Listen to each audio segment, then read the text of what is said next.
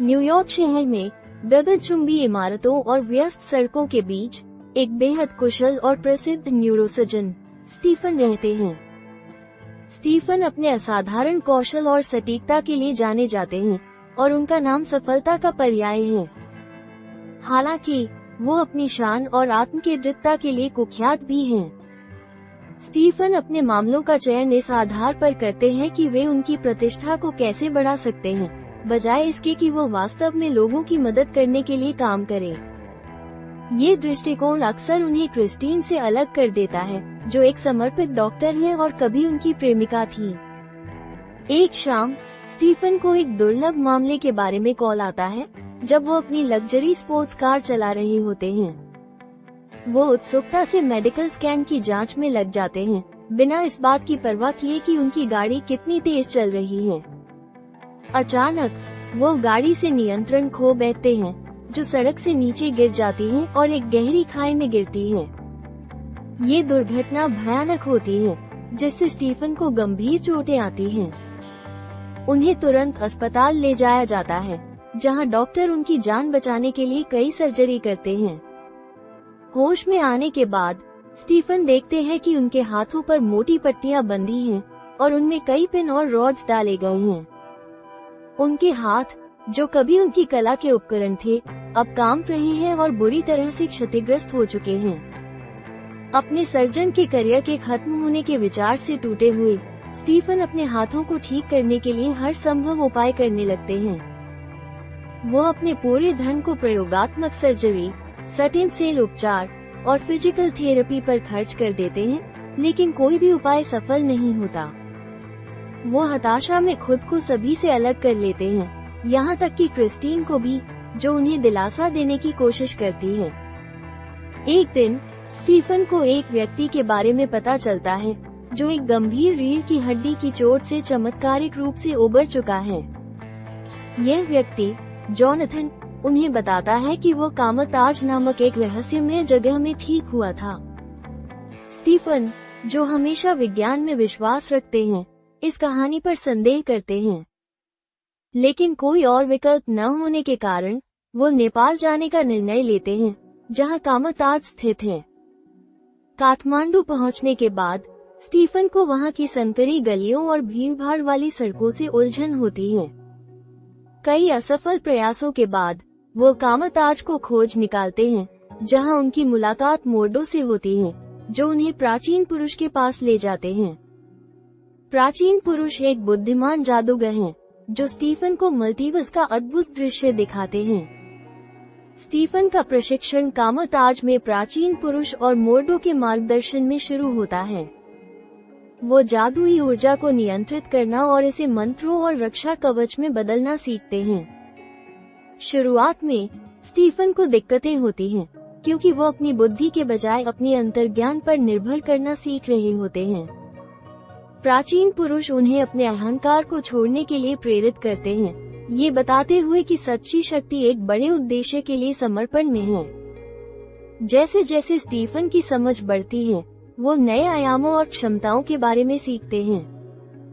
वो कई शक्तिशाली जादुई वस्त्रों से परिचित होते हैं, जैसे कि लेविटेशन का लबादा, जो स्टीफन को चुनता है। ये लबादा स्टीफन का साथी बन जाता है, लड़ाई में उनकी रक्षा करता है और मुश्किल स्थितियों में उनकी मदद करता है।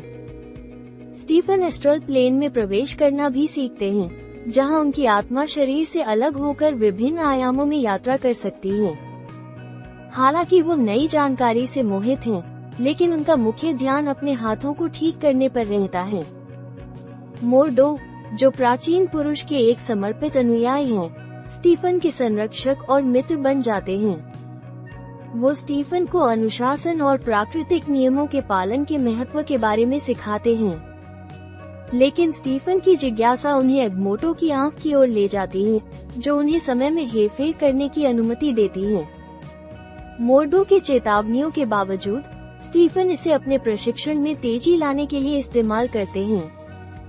प्राचीन पुरुष स्टीफन की प्रगति से प्रभावित होते हैं, लेकिन उन्हें समय में हेरफेर करने के खतरों के बारे में चेतावनी भी देते हैं। इस दौरान स्टीफन को कैसिलियस के बारे में पता चलता है, जो एक पूर्व शिष्य है और निषिद्ध ज्ञान की तलाश में अंधकार में आयाम से शक्ति प्राप्त कर रहा है।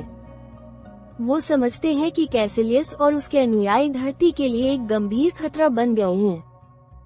कैसिलियस और उसके अनुयायी लगातार संतरी पर आक्रमण कर रहे हैं, जो धरती की सुरक्षा के लिए जादुई कवच बनाते हैं।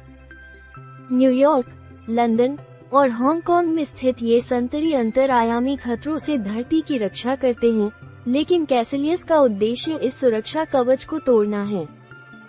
वो धरती को अंधकार में आयाम से जोड़कर डोरमामू को बुलाना चाहता है, जो अनंत शक्ति का स्वामी है। स्टीफन, जो अभी भी जादुई कलाओं में नया है, न्यूयॉर्क संतरी पर हुए एक भयानक हमले के बीच खुद को पाता है। उसने हाल ही में सीखी गई जादुई मंत्रों और लेविटेशन के लबादे की मदद से संतरी की रक्षा करने की कोशिश करता है। स्टीफन रक्षात्मक कवच उत्पन्न करता है, हमलावर मंत्रों का उपयोग करता है और लेविटेशन का लबादा उसकी रक्षा में अहम भूमिका निभाता है, उसे खतरनाक हमलों से बचाता है। लड़ाई तीव्र होती है, जिसमें संतरी की दीवारें टूट जाती हैं, गलियारे उलट पुलट जाते हैं और वास्तविकता विकृत हो जाती है। कैसिलियस, जो अंधकार में आयाम से शक्ति प्राप्त कर रहा है, स्टीफन पर हावी हो जाता है। तभी प्राचीन पुरुष एंशिएंट वन वहां पहुंचती है और कैसिलियस के साथ एक भयानक युद्ध में उलझ जाती है। प्राचीन पुरुष की शक्ति असीम होती है, लेकिन कैसिलियस की शक्ति भी कम नहीं है। युद्ध के दौरान कैसिलियस ये खुलासा करता है कि प्राचीन पुरुष ने भी अंधकार में आयाम से शक्ति प्राप्त की है, ताकि वो अपनी आयु को बढ़ा सके। ये सुनकर स्टीफन और मोर्डो दोनों ही चौंक जाते हैं। ये खुलासा उनके लिए एक बड़ा झटका होता है, क्योंकि यह प्राचीन पुरुष के सिद्धांतों के बिल्कुल विपरीत है। मोर्डो, जो हमेशा से प्राकृतिक संतुलन में विश्वास रखते थे, इस रहस्योद्घाटन से गहरे निराश होते हैं। कैसिलियस की शक्ति बढ़ती जाती है और वो प्राचीन पुरुष को गंभीर रूप से घायल कर देता है। स्टीफन प्राचीन पुरुष को बचाने के लिए उन्हें अस्पताल ले जाता है, जहां क्रिस्टीन उसकी मदद करने की कोशिश करती है। हालांकि प्राचीन पुरुष की चोटें इतनी गंभीर होती हैं कि उनका इलाज संभव नहीं होता। प्राचीन पुरुष अपने अंतिम क्षणों में स्टीफन से बात करती है, उसे बताती है कि सच्ची शक्ति अहंकार को त्यागने में है और उसका उद्देश्य केवल अपने हाथों को ठीक करना नहीं है, बल्कि दूसरों की रक्षा करना है। प्राचीन पुरुष के निधन के बाद मोर्डो पूरी तरह से निराश हो जाते हैं। वो महसूस करते हैं कि जादूगरों ने प्राकृतिक नियमों को तोड़कर अधिक हानि पहुंचाई है। मोर्डो स्टीफन से अलग हो जाते हैं, यह मानते हुए कि जादू के उपयोग ने संतुलन को बिगाड़ दिया है। दूसरी ओर स्टीफन समझते हैं कि कभी कभी बुराई का सामना करने के लिए नियमों को मोड़ना आवश्यक होता है। प्राचीन पुरुष के निधन के बाद कैसिलियस हांगकांग संतरी पर अंतिम हमला करता है। संतरी के ध्वस्त होते ही अंधकार में आयाम धीरे धीरे धरती को निगलने लगता है। शहर में हड़कंप मच जाता है, इमारतें गिर रही हैं और लोग भयभीत होकर इधर उधर भाग रहे हैं। स्टीफन इस खतरे को रोकने के लिए एगमोटो की आंख का उपयोग करके समय को उलटने का प्रयास करते हैं। वो शहर को और संतरी को पुनर्स्थापित करने की कोशिश करते हैं, जिससे अंधकार में आयाम को पीछे धकेला जा सके। कैसिलियस, जो समय में हेरफेर को रोकने की कोशिश करता है, स्टीफन का सामना करता है। स्टीफन को एहसास होता है कि केवल कैसिलियस को हराना पर्याप्त नहीं है, बल्कि डोरमामू से सीधा सामना करना जरूरी है। वो अंधकार में आयाम में प्रवेश करते हैं, जहां डोरमामू एक विशाल और डरावना रूप में प्रकट होता है। डोरमामू के सामने स्टीफन समय चक्र बनाते हैं, जिससे डोरमामू एक अंतहीन चक्र में फंस जाता है। हर बार डोरमामू स्टीफन को मारता है, लेकिन चक्र फिर से शुरू हो जाता है और स्टीफन बार बार वापस आ जाते हैं। डोरमामू, जो इस अंतहीन चक्र से थक चुका है, अंततः स्टीफन की शर्तों को मान लेता है। वो धरती को छोड़ने के लिए सहमत हो जाता है और कैसिलियस और उसके अनुयायियों को अपने साथ अंधकार में आयाम में ले जाता है। स्टीफन धरती पर वापस लौटते हैं, न्यूयॉर्क संतरी के नए रक्षक के रूप में।